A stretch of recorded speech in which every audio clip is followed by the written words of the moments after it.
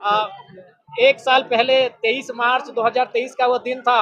ADM साहब भी पीछे ही हैं और जोरदार लाठियों से प्रहार किए थे, रबड़ गोली दागा गया था, आंसू गैस दागा गया था, हमारे टी शर्ट कुर्ते कोई फाड़ दिया गया था।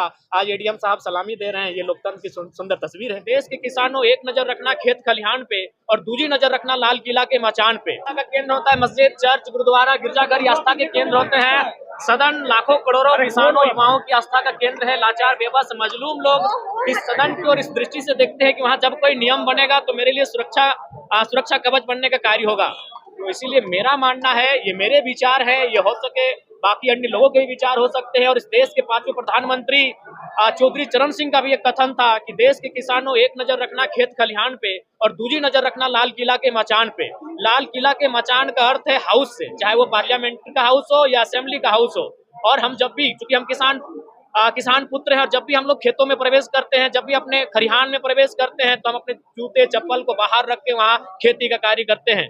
तो हमारी आस्था, जो आस्था खेतों के प्रति है, वही आस्था इस सदन के प्रति होगी। क्योंकि सदन भी कहीं ना कहीं हमारे लिए इसीलिए बनाया गया है ताकि यहाँ हक, हुकूक, अधिकार की बात हो सके।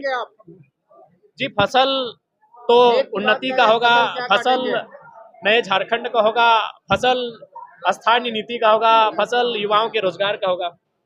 जयराम 24 सीटें लाई, उसको कमजोर कहा जा रहा है। अकेले जयराम कैसे सामना करेंगे 56 विधायकों का?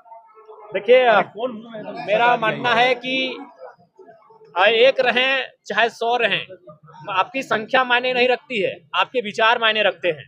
तो जब मैं अपने तर्कों को यहाँ प्रस्तुत करूंगा, वो तर्क तमाम आपके चैनल के माध्यम से पूरे राज्यवासी देखेंगे, तो उनवे तय करेंगे कि जयराम महतो अकेला अपने जो बातों को रख रहा है वो 56 पे भारी पड़ रहा है या फिर 56 उन पे भारी पड़ रहे हैं, वो राज्यवासी तय करेंगे।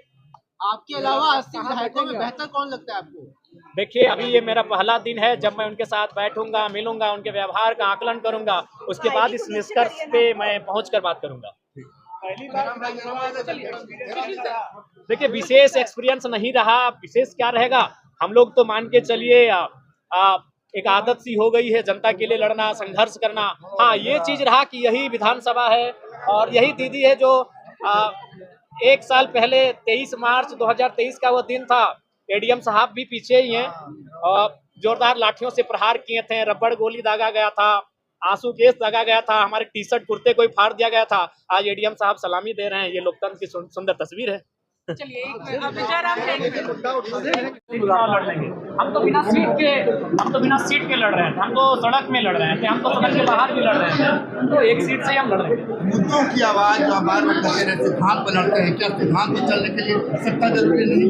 बिल्कुल जरूरी है। मैंने अपने इंटरव्यू में भी कहा था कि सिद्धांत और सत्ता दोनों विपरीत दिशा में है, लेकिन कभी कभी सत्ता को हासिल करने के लिए आपको सिद्धांतों का त्याग इसलिए करना पड़ता है कि आपकी जनता आपको सत्ता में काबिज होते हुए देखना चाहते हैं कि जनता की समस्या का समाधान सिद्धांत से नहीं, सत्ता से होगा। 5 साल में कभी ऐसा भी मौका आएगा कि आप सत्ता के साथ हो सकते हैं?